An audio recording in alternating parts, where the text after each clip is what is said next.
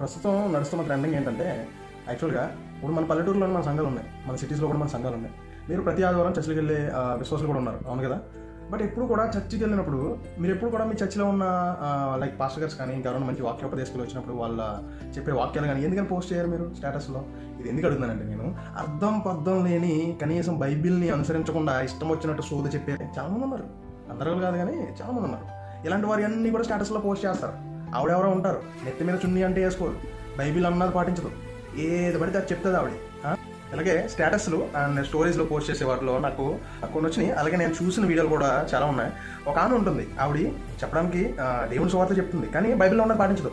అక్కడికి నేను కామెంట్లో కూడా మెన్షన్ చేసి ఆవిడ పెట్టాను, అమ్మ కొంచెం మీ యొక్క తలను కొంచెం కవర్ చేసుకోండి, మీరు చున్నీ వేసుకుని చెప్పాలి. లైక్ ఏంటంటే నెత్తి మీద ఒక స్త్రీకి తన నెత్తి మీద ముసుగు వేసుకుని ఉండాలి చర్చిల్లో కానీ ఎక్కడైనా కానీ దేవుని పని విషయం అని చెప్పి బైబిల్ చాలా క్లియర్గా చెప్తుంది.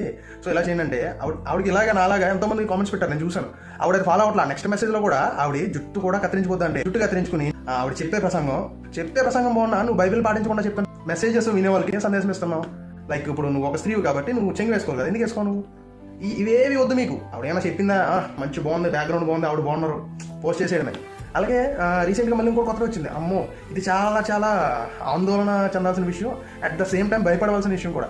ఆయన ఎవరో అంటారు, ఆ ప్రసంగికుడు అంటే ఏమనుకుంటున్నారు, మామూలు విషయం కాదు, దేవుడు కంటే ఎక్కువ అంట.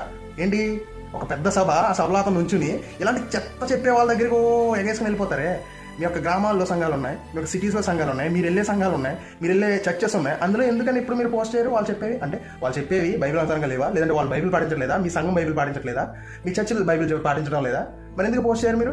ఇది ఎందుకు అడుగుతున్నారంటే, మిగతా పోస్ట్ చేస్తున్నారు కదా, మరి ఎందుకు పోస్ట్ చేయరు మీరు? ఒకవేళ అలాగన్నప్పుడు డైరెక్ట్గా వెళ్ళి మీరే మాట్లాడచ్చు కదా, సంఘ కాపురులతో కానీ పాస్టర్లతో కానీ మీరే మాట్లాడచ్చు కదా, ఇది ఎలా ఉందని, బైబిల్ విరుద్ధంగా ఉన్నట్టుంది, మనం సరి చేయాలని చెప్పి. మీరే బైబిల్ చదవరు కదా, అందుకే మీకు ఏం తెలియదు అనుకుంటారు కదా. ఎందుకని ఎలా అంటున్నా తెలుసా? బాధపడాల్సి వచ్చినా కానీ మీరు చదవాలని, చదువు తెలుసుకుంటేనే కదా ఇలాంటివన్నీ మీకు తెలిసేది. అసలు బైబిల్ ఏముందన్నది అసలు తెలుసుకోరా? ఇంకెవరు పడతారు చెప్తాను పోస్ట్ చేసుకుంటూ వెళ్ళిపోవడమేనా? ఇప్పుడు కొత్త ట్రెండింగ్ స్టార్ట్ అయింది. ఇప్పుడు వైరల్ అయిపోతుంది వీడియో. ఇది రీసెంట్గా నిన్న వచ్చినట్టు ఉంది కొత్తగా. దేవుడు కంటే ఎక్కువ వేస్తున్నాడు ఇంకా అతను కాపర్ని. ఎలా ఉన్నారయ్యా, కొంచెం ఆలోచించండి. Thank you. Praise the lord.